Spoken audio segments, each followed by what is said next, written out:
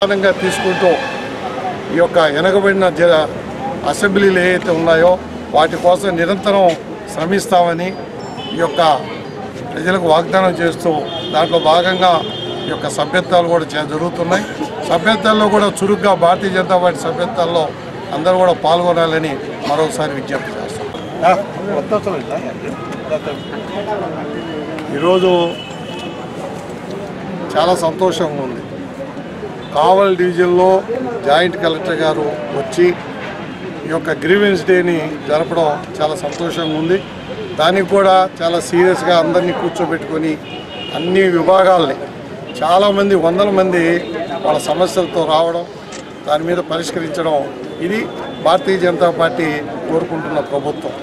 ఇలాంటి ప్రభుత్వంతో పనిచేయించాలని భారతీయ జనతా పార్టీ ఎప్పుడు కోరుకుంటుంది.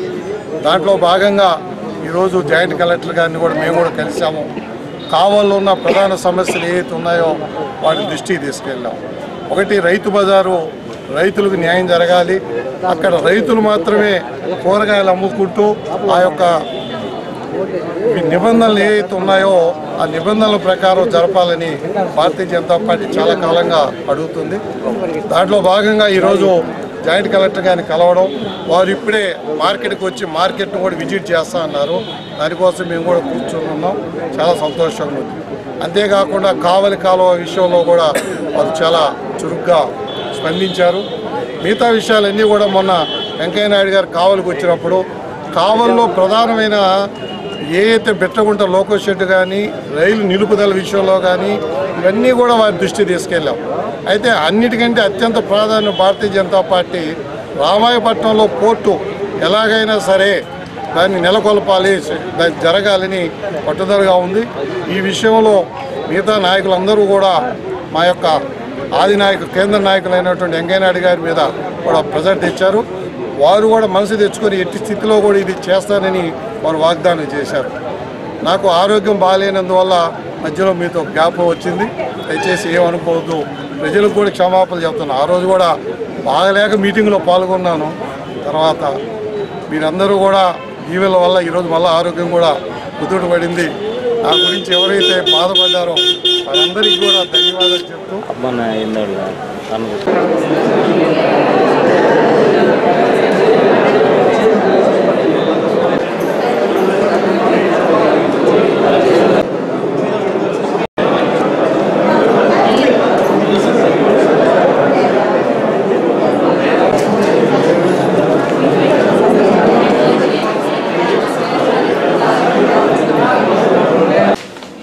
ప్రభుత్వం పేదవాళ్ళకి విద్యా హక్కు చట్టం నుంచే ఒమిట్ అవ్వడానికి కోసంగా ప్రయత్నించే భాగంలో ఈ ప్రతిపాదనలన్నీ కొత్త ప్రతిపాదనలు తీసుకొస్తుంది. ఈరోజు ప్రభుత్వ పాఠశాలలో చదివేటువంటి పిల్లకాయలు మొత్తం కూడా కలిపితే ఉన్నత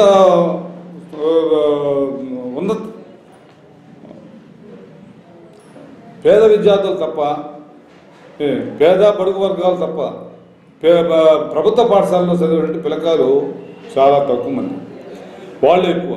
వాళ్ళు కూడా విద్యను దూరం చేయడానికి కోసంగా ప్రభుత్వం ప్రయత్నం చేస్తూ ఉంది. కార్పొరేట్ సంస్థలకి, ప్రైవేట్ సంస్థలకి ఉపయోగించడానికి చేసే భాగంలోనే ఇదంతా ప్రయత్నం చేస్తుంది.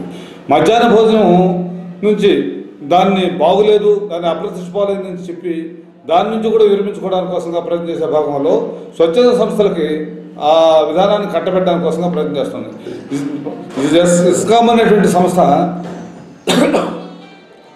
ఒక 4 మండలాల్లో నడుపుతుంటే అది దాన్ని అలా భోజనం బాగోలేదని చెప్పి అందరూ చెప్తున్నారు, కానీ దాన్ని అట్నే కొనసాగించడానికి కోసంగా ప్రయత్నం చేస్తూ ఉన్నారు. ఈ మధ్యాహ్న భోజనం వాళ్ళు పనిచేసేటువంటి వర్కర్లు కానీ, వాళ్ళ శాలరీస్ కానీ, వాళ్ళ బడ్జెట్ కానీ కేటాయించకుండా వాళ్ళని ఇబ్బంది పెడతా ఉన్నారు. అందువల్ల ఏంటంటే ఇది రోజు రోజుకి నిర్వీర్యం చేసి ఈ విధానాలని పేద ప్రజలకు అందుబాటు లేకుండా చేయడానికి కోసంగా ప్రభుత్వం ప్రయత్నం చేస్తూ ఉందనేది మాకు సేఫ్టీగా ఉన్నటువంటి మాకున్న అభిప్రాయం. అందువల్ల ఈ కేంద్ర ప్రభుత్వం కానీ, రాష్ట్ర ప్రభుత్వం కానీ ఈరోజు అనుసరిస్తున్న విధానాలు పేదవాళ్ళకి ఉపయోగపడక కార్పొరేట్ సంస్థలకి, ఉన్నత స్థాయి వర్గాలకి మాత్రమే ఉపయోగపడేటువంటి విధానాలను మలుస్తూ ఉంది. కాబట్టి దీన్ని వ్యతిరేకించడానికి కోసంగా రేపు 26వ తేదీ నాడు కూడా మేము ఆల్ ఇండియా బంద్ జరపడానికి ప్రయత్నం చేస్తున్నాం. అదేవిధంగా రేపు 24వ తేదీ ఈ మధ్యాహ్న భోజన పథకంలో పనిచేసినటువంటి వర్కర్లందరూ కలెక్టరేట్ల ముందు ధర్నాలు చేసి ఇస్కాన్కు ఇతర స్వచ్ఛంద సంస్థలకు ఇస్తానంటే అన్ని వెనకలాక్కొని వాళ్ళ చేతే ఈ మధ్యాహ్న భోజన పథకంలో పనిచేసేటువంటి వర్కర్లకి పొదుపు లక్షల రూపాయల గ్రూపుల్లో పనిచేసేటువంటి వాళ్ళకి మాత్రమే ఈ పథకాలని ఉపజెప్పాలని సిఐటిగా మేము కోరుకుంటున్నాము. దానికోసంగా మా సిఐటి కూడా ఆ ధర్నాన్ని జయప్రదం చేయడానికి కోసంగా మేము ప్రయత్నం చేస్తాం. దాని మీద పర్యవేక్షణ అంతా పూర్తి స్థాయిలో కంట్రోల్ వెళ్ళింది. అది దాని గురించి అది కూడా అక్కడ అనుకూలమైన మనుషులు కాకపోతే వాళ్ళని రకరకాలుగా వాళ్ళని వేధించి ప్రధానమైన ఈ ధర్నాకు ప్రధానమైనది ఏంటంటే ఇప్పుడు క్లస్టర్ స్కూళ్ళని మండలాల్లో స్కూళ్ళని తీసేసి క్లస్టర్ స్కూళ్ళని ఎక్కడో ఒక మూలన పెట్టేది మన ప్రభుత్వం నిర్ణయించుకుంది. అట్లా చేస్తే మాత్రం పిల్లలకి ఇబ్బందికరం. ఏంటంటే కిలోమీటర్కి ఒక స్కూల్, ఒక ఎలిమెంటరీ స్కూలు, 3 కిలోమీటర్లకి ఒక మన హై స్కూల్స్ ఉండాల్సింది పోయి ఇప్పుడు చిన్నపిల్లలకి మండలానికి ఒక క్లస్టర్ స్కూల్ అని పెట్టేది కష్టమైపోతుంది. పిల్లలకి చదువు కూడా ఇబ్బంది పడతారు. దాంట్లో మన పేద పిల్లలు చదువుకునే అంత వ్యవధి కూడా మనకి ఇవ్వకుండా వాళ్ళు ఈ విధంగా ప్రభుత్వం చేస్తుంది. దాంతో ఇప్పుడు బిల్లుల విషయానికి వస్తే 9 నెలల నుంచి వేతనాలు ఇవ్వాల మన మిడ్ డే మీల్స్ వర్కర్లకి. 4 నెలలు బిల్లులు ఆగిపోయింది. ఇప్పుడు బిల్లులు ఆగిపోయినాయంటే మన ఎంఈఓలు సమాధానం చెప్పటం వల్ల ఏంటి ఎందుకు ఆగిపోయినాయంటే అసలు బడ్జెటే లేదు, బడ్జెట్ పంపలేదు అన్నట్టుగా. డిసెంబర్ దాకా బడ్జెట్ వచ్చేసింది కానీ కొన్ని మండలాల్లో డిసెంబర్ దాకా కూడా బిల్లులు పెట్టలే. జీతాలు అయితే ఆగిపోయినాయి మొత్తానికి, కానీ బిల్లులు కూడా డిసెంబర్ వరకు పెట్టలే. అట్టి పరిస్థితి. ఇప్పుడు 2 గుడ్లు విషయంకి వస్తే 2 గుడ్లు వేయమని ఒకటే వేధింపులు. ఇటు చూస్తే గ్రామస్తులు, తల్లిదండ్రులు, రాజకీయ నాయకులు, ఎంఈఓలు, టీచర్స్ ఈ విధంగా ఇబ్బంది పెడతా ఉన్నారు. కానీ వాళ్ళు ఇచ్చే ₹4.60 ఇప్పుడు పెంచిన దాంతో ₹4.60 ఒక గుడ్డు రాదు, కానీ 2 గుడ్లు పెట్టాలంటే కష్టం.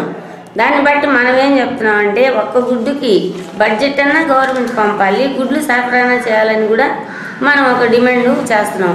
ఈ అన్ని డిమాండ్ల మీద రేపు 24వ తేదీ మధ్యాహ్నం 2 గంటలకి గాంధీభవన్ సెంటర్ నుంచి ప్రదర్శన బయలుదేరి కలెక్టర్ ఆఫీస్ కూడా ధర్నా చేయాలని కూడా మనం నిర్ణయించుకున్నాము. ఆ ధర్నాకి వేలాది మంది మన వర్కర్లు కదిలి రావాలని కూడా మనం విజ్ఞప్తి చేస్తున్నాము. మధ్యాహ్న భోజన పథకం కార్మికుల్ని వాళ్ళ పట్టులు కొట్టి ప్రైవేటు వ్యక్తులకి, కాంట్రాక్టులకి పెట్టాలనే ఒక ఉద్దేశంతో ప్రభుత్వం ఉంది. కానీ వాళ్ళకి ఇప్పుడు ఉండే సమస్యల్లో నిరుద్యోగ సమస్య ఒక పక్క ఉంది. కానీ ప్రతి స్కూల్లో ఎస్సీ, ఎస్టీ, బీసీ వాళ్ళు, మధ్యతరగతి వాళ్ళు ఇళ్ళు పనిచేసి పిల్లకాయలు భోజనం పెట్టి సక్రమంగా ఇంప్లిమెంట్ చేస్తున్నారు. కానీ గవర్నమెంట్ పెట్టే స్కూల్లో అక్కడ షెడ్లు లేవు, పాత్రలు లేవు, వాటర్ వ్యవస్థ లేదు, గ్యాస్ సప్లై లేదు.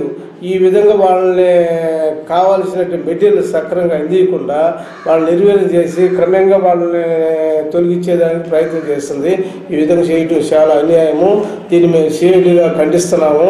ప్రైవేట్ ఇప్పుడు ఇస్కాంకి వాళ్ళకి ఇచ్చారు, వాళ్ళకి ఇస్తే వాళ్ళు ఒక దగ్గర భోజనం ఏర్పాటు చేసి 3 గంటలకు 8 గంటలకు లేచి వండి అవి పొడి పచ్చళ్ళు అవి తయారు చేసి కనీసం వాళ్ళకు గుడ్డు కూడా వేయటం లేదంట. అక్కడ వాళ్ళు సప్లై చేసే కాడ అవి పిల్లకాయలు తినకపోతే ముక్కుడు వాసన, దుర్గంధ వాసన వచ్చి పిల్లకాయలు కూడా అన్నం తినకుండా అవి పడేస్తున్నారు. అది చాలా వాళ్ళకి పోషకాహారం పెడతామని వాళ్ళకి ప్రభుత్వం పెట్టిన ఆశయాలు కూడా నెరవేర్చడం లేదు. ఆ విధంగా చేయటం పిల్లలు ఆరోగ్యం దెబ్బతింటే పిల్లకాయలకు సప్లై లేదు. ఈ విధంగా ఈ అంగన్వాడీ మధ్యాహ్న భోజన పథకంలో చేసే కార్మికులకు కూడా చాలా అన్యాయం చేస్తుంది. దీన్ని మేము తీవ్రంగా సిఐడి ఖండిస్తున్నాం. రేపు 24వ తేదీన అందరూ కలిసి కలెక్టరేట్ ముట్టడిచ్చి అర్జీ ఇచ్చి ధర్నా చేయాలనే ప్రోగ్రాం ఉంది. ఇది రాష్ట్ర వ్యాప్తంగా జరుగుతుంది. రాష్ట్ర కమిటీ నిర్ణయించిన ఆదేశాల ప్రకారం ఇక్కడ మన నెల్లూరు జిల్లాలో కూడా ఈ కార్యక్రమం జరుగుతుంది. కావలి డివిజన్లో ఉన్నటువంటి మధ్యాహ్న భోజన పథకం కార్మికులు అందరూ కూడా దీంట్లో పాల్గొని వాళ్ళ హక్కుల కోసం చేసిన కనీసం వాళ్ళకి 4 నెలల నుంచి మామూలు బడ్జెట్ కూడా రిలీజ్ చేయటం లేదు, వాళ్ళకి జీతాలు సక్రమంగా ఇవ్వటం లేదు. ఈ విధంగా నిర్వహణ చేసి ఈ విధంగా ఇంటి చాకరీ చేస్తుంది, వాళ్ళ చేత బలవంతంగా చేస్తుంది. అది మానుకుని గవర్నమెంట్ ఇస్కాన్ స్కీమ్ రద్దు చేసి గవర్నమెంటే దాన్ని మేనేజ్మెంట్ పిల్లకాయలు సక్రమంగా ఇంప్లిమెంట్ చేస్తే బాగుంటుంది. పిల్లకాయలు కూడా ఆరోగ్యం దెబ్బతినకుండా వాళ్ళు కూడా హుషారు బాగుంటారు. ఇప్పుడు వీళ్ళు మామూలుగా గవర్నమెంట్ స్కూల్లో పెట్టేటువంటిది వేడిగా తయారు చేసి అప్పటికప్పుడు తయారు చేసి ఒక స్కూల్కి ఒక కార్యకర్త తయారు చేస్తారనమాట. అప్పుడు ఫ్రెష్గా ఉంటుంది, అది తింటా కూడా మంచిగా బాగుంటుంది. దీన్ని గవర్నమెంటు ఇది ఒక్కసారి ఆలోచించి విశాల హృదయంతో ఆలోచించి ఇటు ఇప్పుడు మన దేశంలో లక్షల ఖాళీలు ఉన్నాయి. ఈ చిరుద్యోగులుగా ఉన్నటువంటి ఏళ్ళు కూడా తీసేసి పెద్ద పెద్ద కోటేశ్వర్లు కాంట్రాక్టులు ఇచ్చిన వల్ల గవర్నమెంట్కి ఏం ఆదాయం వస్తుందో మాకు అర్థం కావట్లేదు. ఈ విధంగా చేయడం చాలా అన్యాయం, అక్రమం. దీన్ని మేము తుది వరకు కూడా పోరాడి వ్యతిరేకిస్తామని మేము స్ట్రేట్గా మేము డిమాండ్ చేస్తున్నాం.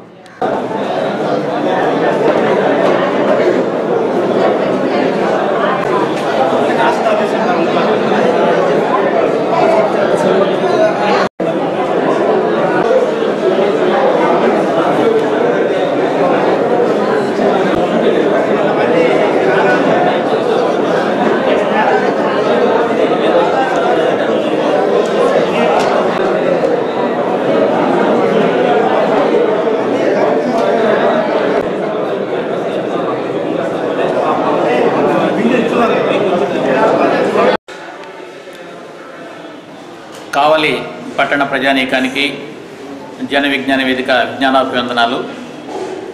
జన విజ్ఞాన వేదిక ప్రతి సంవత్సరం జాతీయ సైన్స్ దినోత్సవాన్ని పురస్కరించుకుని అనేక ప్రతిభా పాఠ పోటీలు నిర్వహిస్తూ ఉండడం అందరికీ తెలిసిన విషయమే. ఆ నేపథ్యంలో ఈరోజు పాఠశాల విద్యార్థులకు drawing competition, essay writing conduct చేయడం జరుగుతుంది. ఈ కాంపిటీషన్స్కి దాదాపు 350 మంది విద్యార్థులు హాజరు కావడం జరిగింది. ఈ పోటీల్లో గెలుపొందినటువంటి విద్యార్థులకి 28వ తేదీన పెన్షన్స్ అసోసియేషన్ బిల్డింగ్లో జరిగేటువంటి కార్యక్రమంలో బహుమతులు అందజేయబడతాయి. జన విజ్ఞాన వేదిక ప్రశ్నించే తత్వం అలవాటు చేసుకోమని, సైన్స్ పట్ల అవగాహన పెంచుకోమని, ప్రతిభావాన్ని వాళ్ళని దాగినటువంటి శక్తుల్ని వెలికి తీయడానికి కోసంగా ఈ కాంపిటీషన్ కండక్ట్ చేస్తూ ఉంది. పాఠశాల ప్రధానోపాధ్యాయులు, ఉపాధ్యాయులు విద్యార్థులను ప్రోత్సహించి ఈ కాంపిటీషన్స్ పంపినందుకు వాళ్ళందరికీ ధన్యవాదాలు తెలుపుకుంటున్నాం. ఇదే విధంగా జన విజ్ఞానంగా రాబోయే కాలంలో కూడా చేపట్టబోయే కార్యక్రమాలకు అందరూ సహకరించవలసిందిగా విజ్ఞప్తి చేస్తూ ఉన్నాను.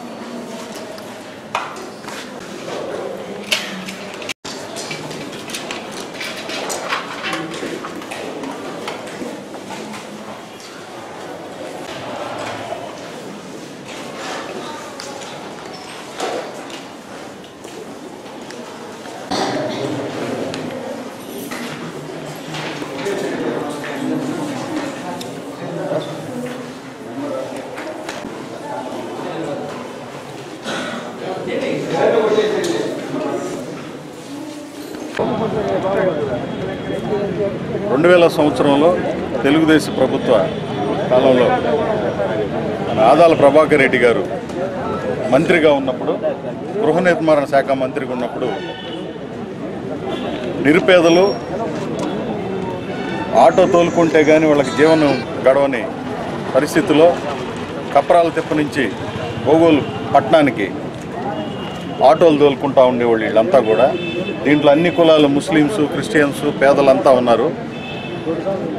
వాళ్ళకి 100 మందికి ఆ రోజు పట్టాలు ఇప్పించడం జరిగింది ప్రభాకర్ రెడ్డి గారి చేతుల మీదుగా. అవి ఈరోజు కొంతమంది పెత్తందారులు ఒకరిద్దరు ఆ మొత్తాన్ని కాజేయటానికి పన్నాగం పడినట్టుగా తెలుస్తూ ఉన్నది. అట్లాంటి చర్యలకు పాల్పడితే ఒప్పుకునే ప్రసక్తే లేదు. ఆటో వాళ్ళకి అండగా, ఈ ఆటో వర్కర్లకి 100 మందికి కూడా అండగుండి అది హౌసింగ్ కూడా తొందరగా శాంక్షన్ చేయించి ఆ కాలనీలు తొందరగా కాలనీలు ఏర్పాటు చేసి అది ఒక ఆటో నగర్గా, ఆటో వాళ్ళ నగర్గా ఏర్పాటు చేయాలని నిశ్చయించుకున్నాం. దానికి ఈరోజు ఆర్డీఓ గారికి, జాయింట్ కలెక్టర్ గారికి కూడా చెప్పడం జరిగింది. అవి మళ్ళీ సర్వే చేయించి రాళ్ళు వేయించి వాళ్ళకి అప్పచెప్పమని చెప్పడం జరిగింది. అలాంటి ఒకరిద్దరు ప్రయోజనాల కోసం పూర్తిగా 100 మంది నివేశన స్థలాలు తీసేయటం అనేది దారుణం. దానికి ఒప్పుకునే ప్రసక్తే లేదు. ఆటో వాళ్ళకి అండగా నిలబడి ఆ ఆటో నగర్ని మళ్ళీ ఏర్పాటు చేసి అక్కడ హౌసింగ్ కూడా శాంక్షన్ చేయిస్తామని చెప్పి తెలియజేస్తున్నాం. విశ్వనాథరావుపేట మధ్య గూగుల్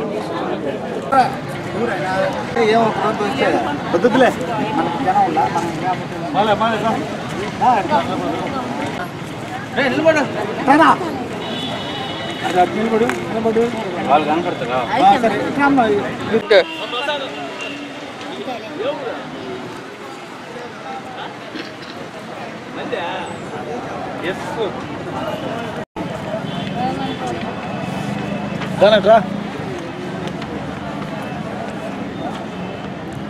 మేము ఈ దళిత సంఘాల తరఫున ఈరోజు మన జాయింట్ కలెక్టర్ గారు ఇక్కడ ప్రత్యేక గ్రీవెన్స్లు పెట్టారు. ఈ భూ సమస్యల మీద, ఇతర సమస్యల మీద, ఆ సమస్యల మీద మేము ఇచ్చాము.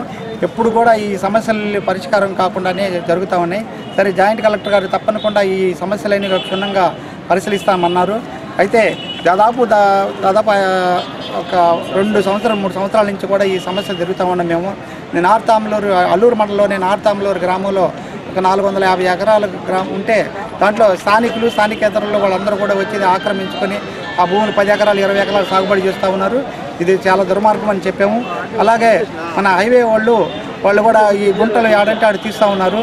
తీసి వాళ్ళు కూడా ఈ గ్రామాలు ఎత్తేస్తున్నారు. రైతులు కూడా ఈ రాత్రిలో ఈ చోటా నాయకులను మంచి చేసుకొని గ్రామాల్లో ఎత్తేస్తున్నారు. ఈ రేపు వర్షాలు వస్తే నీళ్లు నిండి పిల్లలు పోతే ఈ చనిపోయే ప్రమాదాలు ఉన్నాయి. కాబట్టి ఆ విషయం కూడా కలెక్టర్ దృష్టికి తీసుకొచ్చాము. అనేక సమస్యలు ఇక్కడ జరుగుతున్నటువంటి భూ కబ్జాలు అయితే పేదలకు అన్యాయం, దళితులకు, గిరిజనులకు జరుగుతున్న అన్యాయాన్ని మీద మేమందరం కూడా సుదీర్ఘంగా చెప్పాము. తప్పకుండా ఆయన పరిష్కారం చేస్తామని నా దృష్టికి వచ్చింది. కాబట్టి ఇప్పుడే నేను వచ్చిన నెల అయింది కాబట్టి నేను ఇప్పుడు పరిష్కారం చేస్తాను అన్నాడు. ప్రతిదీ కూడా గోగులపల్లి భూములు కూడా కబ్జా అయిన విషయము, రుద్రకోట భూముల విషయము అన్నీ ఆయనకి సమస్యలన్నీ కూడా ఆయనకి దృష్టికి తీసుకొచ్చాము. తప్పకుండా పరిష్కారం చేస్తానన్నాడు. అయితే మేము అందరం కూడా ఈ సమస్యలను పరిష్కారం చేయకుంటే మేము పెద్ద ఎత్తున ఆందోళన చేస్తాం. సార్, ఎన్ని సంవత్సరాల నుంచి మేము ఆఫీసుల చుట్టూ తిరగాల, పని బాట లేకుండా అటు భూమి పోతుంది, ఇటు భుక్తి పోతుంది, ఇటు భూమి పోతుంది, అన్నీ పోతూ ఉన్నాయి. ఇది అన్యాయం, చాలా దుర్మార్గం సార్. పేదవాళ్ళని తిప్పుకోవడం చేస్తా అంటారో చేయనాలో, లేకపోతే ఇది గిట్టుదయా, ఇది కుదరదంటే మేము వచ్చేవాళ్ళం కాదు కదా అని చెప్పి కలెక్టర్ దృష్టికి తీస్తే దాన్ని సాధ్యమంత వరకు ఏదైతే సమస్యలు పరిష్కారానికి ఉంటాయో ఈ సమస్యలు ఖచ్చితంగా పరిష్కారం చేసి మీకు న్యాయం చేస్తాను, మీకు భూమి వచ్చే విధంగా ప్రయత్నం చేస్తామని చెప్పి మనం కలెక్టర్ గారు చెప్పారు. కాబట్టి మేము కలెక్టర్ గారి దృష్టికి ఈ సమస్యలన్నీ కూడా తీసుకెళ్ళాం. ఈరోజు కావలి గ్రీవెన్స్ డేకి జాయింట్ కలెక్టర్ గారు వచ్చి ఉన్నారు. మరి ఆయనకి కావలి చుట్టుపక్కల ప్రాంతాల్లో ఉన్నటువంటి భూ సమస్యలు అనేకమైనటి దళిత సంఘాల తరఫున వివరించాము. అందులో బెట్టగుంట, గోగోల మండలం బెట్టగుంట అయినటువంటి గంగతిప్ప సంబంధించినటువంటి ప్రభుత్వం వాళ్ళకి 5వ విడత ఒక కమిటీకి ఏర్పాటు చేసి వాళ్ళ ప్రపోజర్లు, లబ్ధిదారులుగా ప్రపోజర్లు పేర్లు కొన్ని నమోదం చేసింది. అయితే దాన్ని కబ్జాదారులు మా పొలము, మా సొంత భూమి అని సీలింగ్ భూములు కూడా వాళ్ళు నకిలీ డాక్యుమెంట్స్ సృష్టించి కోర్టుకు పోవడం అనేది జరిగింది. అదేవిధంగా దీని విషయం కూడా మేము జిల్లా కలెక్టర్ గారు, జాయింట్ కలెక్టర్ గారితో చర్చించి త్వరగా వాళ్ళకి లబ్ధిదారులకి వాళ్ళకి ఆ భూమిని ఏర్పాటు చేసే విధంగా చేయాలని మేము కూడా డిమాండ్ చేశాం. అదేవిధంగా కావలపట్నంలో అనేక సీలింగ్ భూములు ఈరోజు ముసునూరు ప్రాంతంలో ఉన్నటువంటి ప్రతి లేఅవుట్ కూడా సీలింగ్ భూములు వేసినటువంటి దాఖలు ఉన్నాయని కూడా జాయింట్ కలెక్టర్ గారికి తెలియజేశాం. మరి ముసునూరు ప్రాంతంలో ఉన్నటువంటి సీలింగ్ భూములు మొత్తాన్ని కూడా రియల్ ఎస్టేట్ మొత్తాన్ని కూడా హ్యాండ్ ఓవర్ చేసుకొని అవి కానీ సీలింగ్లో కానీ పోయి కానీ ఉంటే నిరుపేదలైనటువంటి ఎస్సీ ఎస్టీలకి ఆ భూములు ఇళ్ల స్థలాలుగా కేటాయించాలని కూడా జాయింట్ కలెక్టర్ గారికి తెలియజేశాం. అదేవిధంగా జల్దింక మండలంలో నాగేంద్రమ్మ అనే ఒక ఆమె కూడా ల్యాండ్ని సీజీఎస్ఎఫ్ ల్యాండ్ని ఆక్రమించినారు. ఆ విషయాన్ని కూడా న్యాయం చేయమని విచారించాం. అదేవిధంగా నాగలవరం కావచ్చు, చుట్టుపక్కల అనేక గ్రామాల్లో భూ సమస్యల మీద మరి దళితుల యొక్క భూముల్ని ఎస్సీ ఎస్టీల భూముల్ని అగ్రకులైనటువంటి ఓసీలు ఆక్రమించుకొని అడిగినా కానీ అధికారుల దగ్గర పోయినా వాళ్ళు రాజకీయ బలంతో డబ్బు బలంతో అధికారులు మభ్యపెట్టి ఈ పొలం సమస్యలు పరిష్కారం చేయడానికి మరి వాళ్ళు రాజకీయంగా అడ్డుపడతా ఉన్నారు. కనుక అటువంటి వాళ్ళ మీద ఎస్సీ ఎస్టీ యాక్ట్ పెట్టేసి వాళ్ళందరూ చట్టపరమైన చర్య తీసుకోవాలని కూడా మేము కలెక్టర్ గారికి వివరించి మరి దళిత సంఘాలకి మరి దళిత ప్రజానీకానికి న్యాయం చేయాలని మేము డిమాండ్ చేసాం.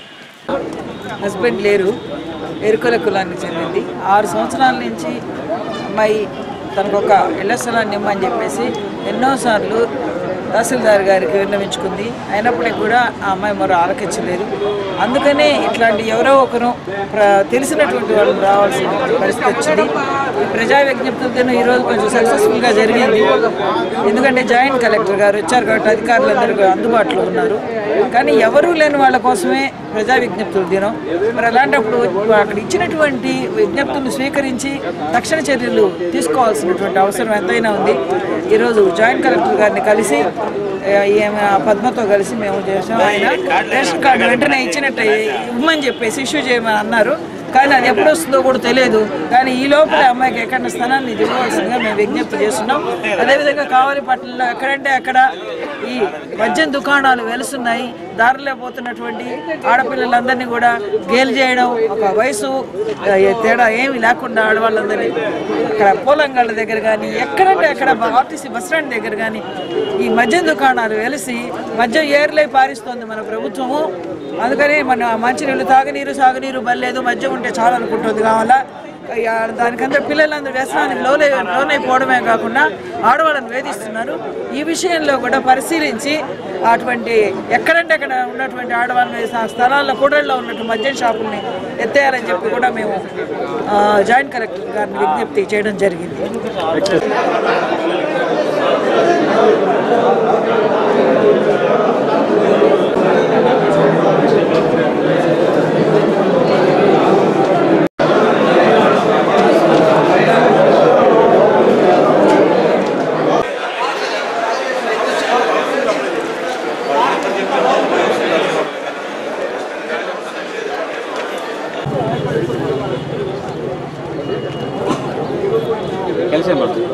గత 6 సంవత్సరాలుగా ఈ అమ్మాయి ఆఫీసుల చుట్టూ తిరుగుతూ ఉంటే, ఎంఆర్ఓ ఆఫీస్ కానీ ఆర్డీఓ ఆఫీస్ చుట్టూ కానీ తిరుగుతూ ఉంటే ఆమెకి రేషన్ కార్డు కోసం ఇంటి స్థలం కోసం తిరుగుతూ ఉంటే కాళ్ళు అరిగినాయా కానీ ఫలితం లేకుండా పోయింది ఈ ఎంఆర్ఓ ఆఫీస్. అదేవిధంగా ఆ అమ్మాయి ఒక కూలి పని చేసుకొని జీవనం గడుపుతూ ఉంటే వేరే ఉద్దేశం లేకుండా కూలిపోయి 2 బిడ్డలు సాక్కుంటా వాళ్ళ తండ్రిని సాక్కుంటా వాళ్ళందరినీ ఎంత ఇదిగా చేసుకుంటుంటే భర్తను చూసుకుంటా బాగలేని భర్తను చూసుకుంటా ఈ విధంగా చేస్తూ ఉంటే ఈ ఎంఆర్ఓ ఆఫీసులో వాళ్ళకి కొద్దిగా కూడా చల్లం కదలలేదంటే అదేమంటే ఎంఆర్ఓ ఎన్నిసార్లు అర్జీలు పెట్టినా రేషన్ కార్డు తీస్తారన్నమాట. రేషన్ కార్డు మీరు ఇస్తే కదా తీసుకొచ్చేది. ఈ అమ్మాయి తిరుగుతానే ఉంది, నాకు రేషన్ కార్డు కావాలని తిరుగుతానే ఉంది కదా, రేషన్ కార్డు ఇస్తే కదా. అదేమంటే మీకు పైనుంచి రావాలా రేషన్ కార్డు అంటారు. ఎన్నిసార్లు పెట్టినా కూడా ఇదే మాట చెప్తున్నారు. ఈరోజు జేసీ గారికి అమ్మాయి శారదా మేడం గారు, మన రాష్ట్ర అశ్లీలత అధ్యక్షురాలు శారదా మేడం గారు ఆ అమ్మాయి చేత అర్జీ ఇప్పించినారు. ఈరోజు మళ్ళీ ఎంఆర్ఓ జేసీ గారికి, జేసీ గారు కూడా ఎంఆర్ఓ గారి చేతికి ఇచ్చి దాన్ని ఫాలోఅప్ చేయమని చెప్పి ఈరోజు చెప్పడం జరిగింది. ఇదే విధంగా అమ్మాయి ఒక ఎస్టీ అమ్మాయికి న్యాయం చేసేదానికి కూడా ఈ ఆఫీసుల్లో కుదరడం లేదంటే ఈ పౌరంబోక్ స్థలాలు ఎవరికి ఇస్తున్నారు, ఎవరికి పోతున్నారు. అదేమంటే పౌరంబోక్ స్థలాలు అంటారు. పౌరంబోక్ స్థలాలు ఉన్నాయి కదా, ఉన్నాయి దాంట్లో ఇవ్వచ్చు కదా, దాంట్లో అవి కూడా ఇవ్వకుండా ఈ అమ్మాయికి న్యాయం చేయాల్సిందిగా ఎంఆర్ఓ వాళ్ళని ఆర్డీఓ వాళ్ళని వీళ్ళందరినీ కూడా వేడుకున్నట్టు మేము